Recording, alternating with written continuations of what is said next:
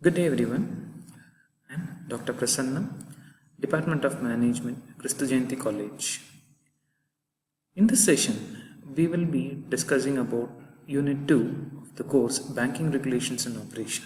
In Unit 2, we have paying and collecting bank.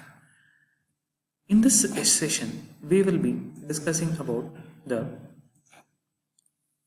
following topics: definition of a check, features of a check, parts of check, types of check, dishonor of check, crossing of checks, and endorsements of checks. So in short, the various aspects relating to checks will be discussed in this session. So what is a negotiable instrument? So even before knowing what is a check is a part of a negotiable instrument. So a negotiable instrument is that document which contains a promise by one person to pay a specific amount to a certain person. In simple words, it is a written promise to pay a certain amount by the borrower to the lender of money or service.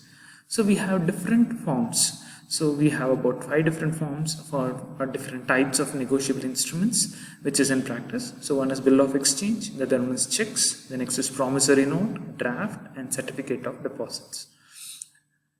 Here we are much concentrating upon the check, which is one of the most common form of negotiable instrument, and it is the banker who is always the drawee. The definition as per Negotiable Instrument Act 1881 for check is: it is a bill of exchange drawn on a specific banker and not expressed to be payable otherwise than on demand. So it is a simple, straightforward definition.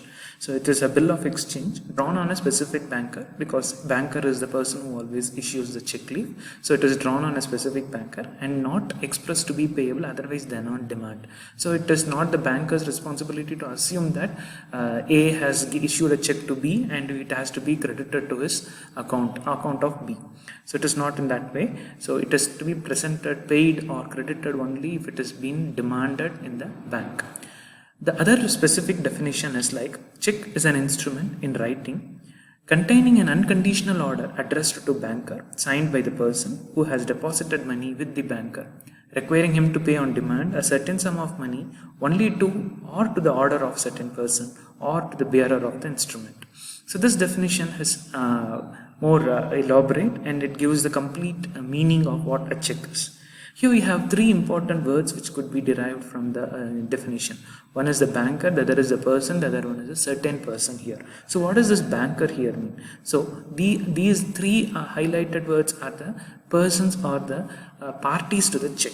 So there are 3 parties to the check. One is the banker, the other one is the person, the other one is a certain person. Who is the certain person? Now we will discuss. So banker is the drawee, person is the person who actually has given the check. He is the drawer, and to whom it is actually drawn, on to whom it has to be actually paid. That is the certain person. He is called as the payee.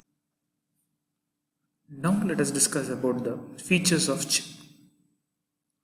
So a check is an instrument in writing containing an unconditional order addressed to a banker, signed by the person who has deposited money with the banker, requiring him to pay on demand a certain sum of money only to or to the order of certain person or to the bearer of instrument. So we have again taken up the same definition, and from the same definition we will now figure out what are the features of a check, which already has all the features which has been highlighted here.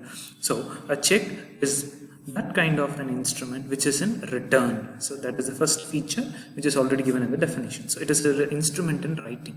Second is, it is an unconditional order. There is no condition associated with it. So whatever is being specified given in the check, that is the conditions that is applicable. Beyond that, there is no any other specific condition that so and so must have met this condition, only then the amount has to be paid. So that is practically not possible for a banker to identify whether the condition has been met or not. So therefore it is called as an unconditional order. Say for instance, if I'm going to give a check to a student for completing a task. So it doesn't mean that the banker will be aware that whether the student has completed the task or not, and therefore it is not possible for the banker to go behind the student and find out whether the task has been completed. On completion of it, the amount whatever has been specified in the check will be paid. So it is just an instrument which is given from the drawer to the drawee, to the payee, which is an unconditional order. Next is it is addressed to the banker, signed by the person. Who is the person here? The person who draws the check is the drawer, and therefore he is the person who has to sign the check. And it is directing to a specific banker. So usually we know that check leaf, it is not a blank leaf, a bank check leaf without any bank's name. All the check leaf you must have seen, it is having some bank name or the other. It might be HDFC, SBI's, Canara Bank, whatever it is. And so it will be an instrument which has been issued by the banker, and therefore it is directing to the specific banker who has to pay the amount. Then the next feature is that it is to pay a certain sum of money. So that is the purpose of the check. Because I cannot personally go and say the banker, take the person to whom I have to pay the money, take him to the bank and say that you pay him so much of money. If that is possible, it could be easily done. But I am sitting in some place and I want to the other party to be paid, and therefore I am giving him the instruction that to the bank through the check that the certain sum of money whatever has been specified in the check has to be paid to the person who is bringing it. Okay, so the last feature is that it is to a certain person, that is the payee to whom it is being paid, or to the order of the person or to the bearer on demand. So as the case it is, as it has been specified in the check, the amount will be paid either to the payee or the person who brings the check, that is called as the bearer person, or to the order in the sense we'll be looking at in a later stage whether it has to be paid to the person who is bringing the check on the counter, or it has to be credited to his account, as the case may be. So this is with these are the features of the check. Now let us understand what we have from the concepts what we have studied. Let us understand where we are at. So the first thing is like we were talking about the negotiable instruments, and I have also quoted the section there, the act there, and therefore I believe you must have noted down. And in India, the law regulating the negotiable instrument are governed by. So the answer is Negotiable Instrument Act 1881. Next, the person named in the instrument to whom or to whose order the money is to be paid is known as. So we know there is a check and the amount has been directed by the drawer to be paid to some person. Now, who is that person called as? So the answer is pay. Right, last question. Check is payable on, as we have discussing before, it is on demand, it has to be paid, and therefore the answer obviously will be on demand. It is not on based on usage, on based on future date, or it is after sight. So it is on demand, the check will be paid. Now let us move on with what are the different parts of a check. Obvious that everyone now would have seen a check leaf. At some point of time or the other you might have used this, but we might not know what are the different parts or what are the things that is associated with the check. So now let us discuss the different parts of a check or different contents. What are the contents in a check leaf is? So we have about 12 different parts. As we could see in this diagram, we have about 12 different parts in a check. So what are those 12 different parts? So first is the name of the bank. The bank is a person.